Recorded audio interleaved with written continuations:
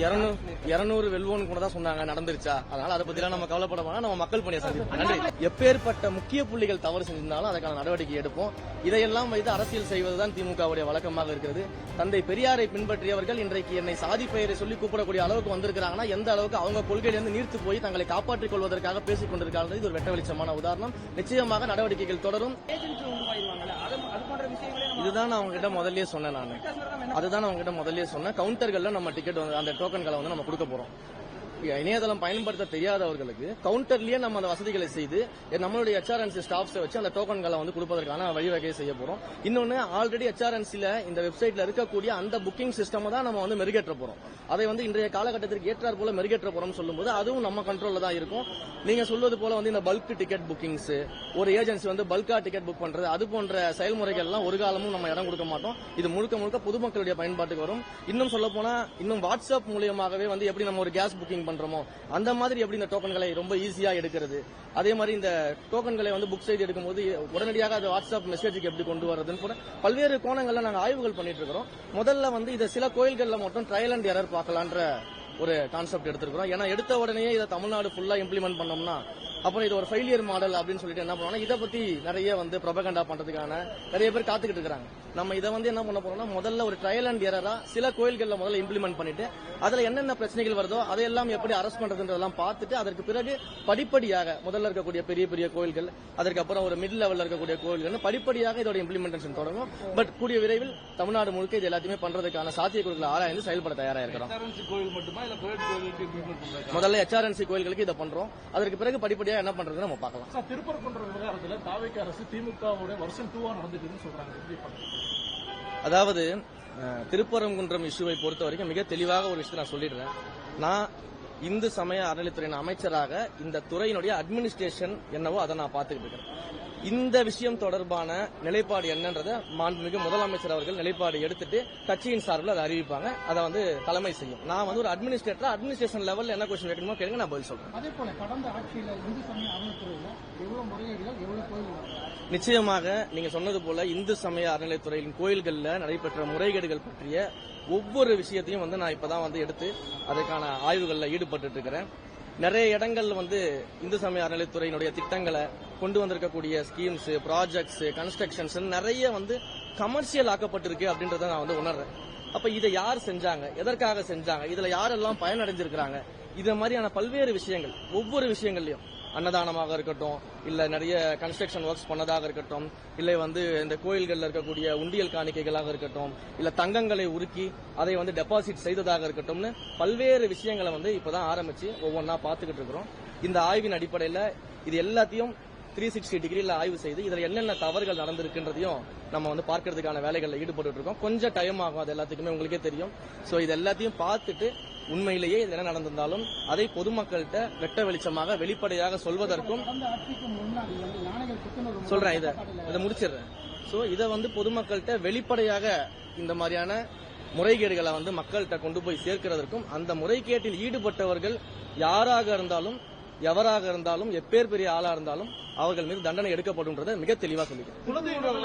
அமைச்சர் நிர்மல்குமார் வந்து முந்தைய அரசு என்ன நடவடிக்கை எடுத்தாங்களோ அதை பின்பற்றுவோம் சொல்லியிருந்தாங்க. நீங்க வேற ஒரு கருத்தை சொல்றீங்க. வேற ஒரு கருத்தை சொல்லலையே. முதலமைச்சர் என்ன முடிவெடுக்கிறாரோ அதை வந்து எங்கள் கட்சியினுடைய தலைமை கழக செய்தி தொடர்பாளர் இருக்கக்கூடிய மாண்புமிகு அமைச்சர் அவர்கள் சொல்லியிருக்கிறாரு. அந்த கான்செப்டை தான் நம்ம பார்க்க வேண்டியது இருக்கு. நான் அஸ் அட்மினிஸ்ட்ரேட்டரா என்ன விஷயங்கள் இருக்கோ கேளுங்க, பதில் சொல்றேன்னு சொல்றேன். கட்சியை பொறுத்தவரை டிவிக்கே வந்து ஒரு பிரஷ் பிளட்டா வந்தீங்க. இப்போ மாற்று கட்சியிலிருந்து வரக்கூடியவங்க எல்லாருமே வரும்போது இந்த கட்சிக்கான யூனிக்னஸ் தனித்துவம் போயிடும் அப்படிங்கிற மாதிரி தான் சொல்றாங்க. ஊழல் சக்தின்னு சொல்லிட்டு இருந்தவங்க இப்ப கூட்டு போன சக்தின்னு சொன்ன இடங்கள்ல இருந்து இப்ப அதிகமாக வராங்க. இப்போ யங் பிளட்டா இருந்தா நீங்க முதற்கொண்டு இப்ப கிட்டத்தட்ட ஒரு இளம் அமைச்சரா வந்துட்டீங்க. இனி வரக்கூடிய நாட்கள்ல பிரதிநிதித்துவம் கட்சியில ஏற்கனவே ரசிகர் மன்றத்திலிருந்து வந்தவங்களுக்கானது இருக்கு. அதுல ஒரு எதிர்பார்ப்போட தான் வந்திருப்பாங்க. கட்சிக்குள்ள இருக்கிறவங்களுக்கான செயல்பாடுகள் எப்படி இருக்கும்? தமிழக வெற்றி கழகத்தை பொறுத்த வரைக்கும் நீங்க ஒரு விஷயத்தை தெளிவா புரிஞ்சுக்கணும். மற்ற கட்சிகளில் இருக்கக்கூடிய தலைவர்கள் போல கிடையாது எங்களுடைய மாண்புமிகு முதலமைச்சர். எங்கள் கட்சியை பொறுத்த வரைக்கும் எங்களுடைய கொள்கைகள், கோட்பாடுகள், செயல் திட்டங்கள், எங்களுடைய விஷன், எங்களுடைய மிஷன் என்னவோ அதை உள்வாங்கிக்கிட்டு ஏத்துக்கொண்டு அப்படி நடைபெறக்கூடிய வகையில வந்தா மட்டும்தான் நாங்க அனுபவிப்போம். அப்ப இதை ஏற்றுக்கொண்டு நாங்க வரோம், நீங்க சொல்றபடி நாங்க நடந்துக்கிறோம் அப்படின்ற முறையில உள்ளவர்களுக்கு மட்டும் தான் இங்க அனுமதி கிடைக்கும். இங்க பொறுத்த வரைக்கும் தமிழக வெற்றி கழகத்தை பொறுத்த வரைக்கும் நீங்க சொன்னது போல எந்த விதமான தவறுகளும் நடப்பதற்கு ஒரு காலமும் எங்களுடைய மாண்புமிகு முதலமைச்சர் தலைவர் தளபதி அவர்கள் அனுமதிக்க மாட்டாரு.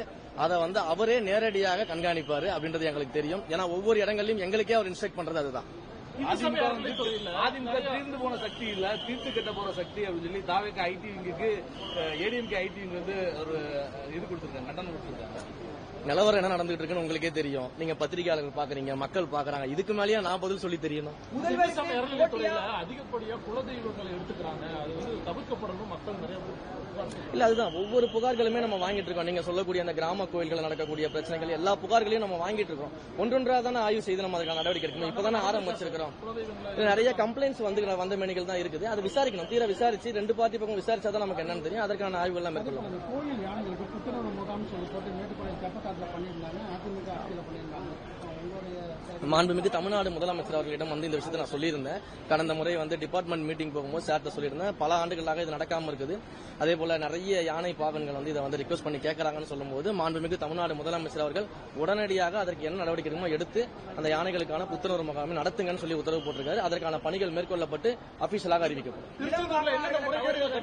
இளம் வாக்காளர்களை கவர்வதற்காக டிஎம்கே ஒரு பக்கம் ஜென்சி மீட்டிங் நடத்துறதாகட்டும், அண்ணாமலை புதிய பொருசா விஜய்க்கு மாற்றா வருவாருங்கிற அளவுக்கு பேசுபொருளா இருக்கிற வரைக்கும் வந்துட்டு இருக்காரு. தாவேகா இருக்கக்கூடிய மற்றவர்களுக்கு கொள்கைகளை இன்னும் ஸ்ட்ராங்கா வலியுறுத்துறதுக்கு என்ன மாதிரி நடவடிக்கை எடுத்து போகுது? எங்களுடைய கொள்கைகள்ல நாங்க மிக ஸ்ட்ராங்காக இருக்கிறதுனால தான் மக்கள் ஆட்சி அதிகாரத்தில் கொடுத்திருக்கிறாங்க. இன்றைக்கு தந்தை பெரியார் அவர்களையும் அண்ணல் அம்பேத்கர் அவர்களையும் நிர்வாகத்தை தூய்மையாக நடத்திய ஐயா காமராஜர் அவர்களையும் வேலு நாச்சியார் அவர்களையும் அஞ்சலை அம்மாள் அவர்களையும் முன்னிறுத்தி இளைஞர்கள் கிட்ட கொண்டு போய் அவர்களுடைய கொள்கைகளை முன்னிறுத்தி தான் நாங்க வரோம்னு சொல்லி அதை ஏற்றுக்கொண்டு இன்றைக்கு மக்கள் எங்களுக்கு வாக்களிச்சு ஆட்சி கட்டில் அமர வச்சிருக்கிறாங்க. அந்த கொள்கையில மிக சரியாக நாங்க பயணம் பண்ணிட்டு இருக்கிறோம். இது மக்களுக்கும் தெரியும், இளைஞர்களுக்கும் தெரியும். யார் இன்றைக்கு தமிழ்நாட்டில் கொள்கை பிடிப்போடு இருக்கக்கூடிய ஒரு கட்சி, ஒரு தலைவர் யார் என்றால் தமிழக வெற்றி கழகம் எங்கள் முதல்வர் தான் தெரியும். அதனால மக்கள் மிக தெளிவா இருக்கிறாங்க. இதுல எந்த பிரச்சனையும் எங்களுக்கு கிடையாது. முன்னாள் முதல்வர் ஒரு கருத்து சொல்லியிருக்கிறார். இன்னைக்கு 3 மாதங்கள் கூட இந்த ஆட்சி தாங்காது, நாங்க 6 மாதம் வரை டைம் கொடுக்கலாம்னு பார்த்தோம், ஆனா 3 மாதங்கள் கூட இந்த ஆட்சி தாங்காதுன்னு சொல்லி முன்னாள் முதல்வர் 200 வெல்வோன்னு கூட தான் சொன்னாங்க. நடந்துருச்சா? அதனால அதை பத்தி நம்ம கவலைப்பட வேணாம். நம்ம மக்கள் பணியை சந்திப்போம். நன்றி. ஆய்வு எந்த கோயில் பண்ண போறீங்க அடுத்து? ஒவ்வொரு கோயில்கள் தொடருமா சார்? போன தடவை பண்ணிருந்த போது அர்ச்சகர்களை அவமதித்தீர்கள், உள்ளூர்காரங்களை அவமதித்தீங்கன்னு சொல்லி முன்னாள் அமைச்சர் அனிதா ராதாகிருஷ்ணன் சொல்லியிருந்தாங்க. சர்ப்ரைஸ் இன்ஸ்பெக்ஷன் தொடருமா? கடுமையான நடவடிக்கைகள் தொடருமா? கண்டிப்பாக சர்ப்ரைஸ் இன்ஸ்பெக்ஷன் தொடரும். எல்லா கோயில்கள்லயும் ஆய்வு பண்ணுவேன். எந்த கோயில்ல யாரு தவறு செஞ்சிருந்தாலும் எந்த மத பாகுபாடும் பார்க்க மாட்டோம், சாதிய பாகுபாடும் பார்க்க மாட்டோம், பண பாகுபாடு பார்க்க மாட்டோம், பாலின பாகுபாடு பார்க்க மாட்டோம். யாரு தவறு செஞ்சிருந்தாலும் எப்பேற்பட்ட முக்கிய புள்ளிகள் தவறு செஞ்சிருந்தாலும் அதற்கான நடவடிக்கை எடுப்போம். இதையெல்லாம் வைத்து அரசியல் செய்வதுதான் திமுகவுடைய வழக்கமாக இருக்கிறது. தந்தை பெரியாரை பின்பற்றியவர்கள் இன்றைக்கு என்னை சாதி பெயரை சொல்லி கூப்பிடக்கூடிய அளவுக்கு வந்திருக்கிறாங்கன்னா எந்த அளவுக்கு அவங்க கொள்கையிலிருந்து நீர்த்து போய் தங்களை காப்பாற்றிக் கொள்வதற்காக பேசிக் கொண்டிருக்கிறார்கள். இது ஒரு வெட்ட வெளிச்சமான உதாரணம். நிச்சயமாக நடவடிக்கைகள் தொடரும். கோயில்கள் தூய்மையாக்கப்படும். கோயில்கள் மக்கள் மன நிம்மதியோடு சென்று கடவுளை வணங்கக்கூடிய ஒரு இடமாக மாற்றி அமைக்கப்படும். நன்றி.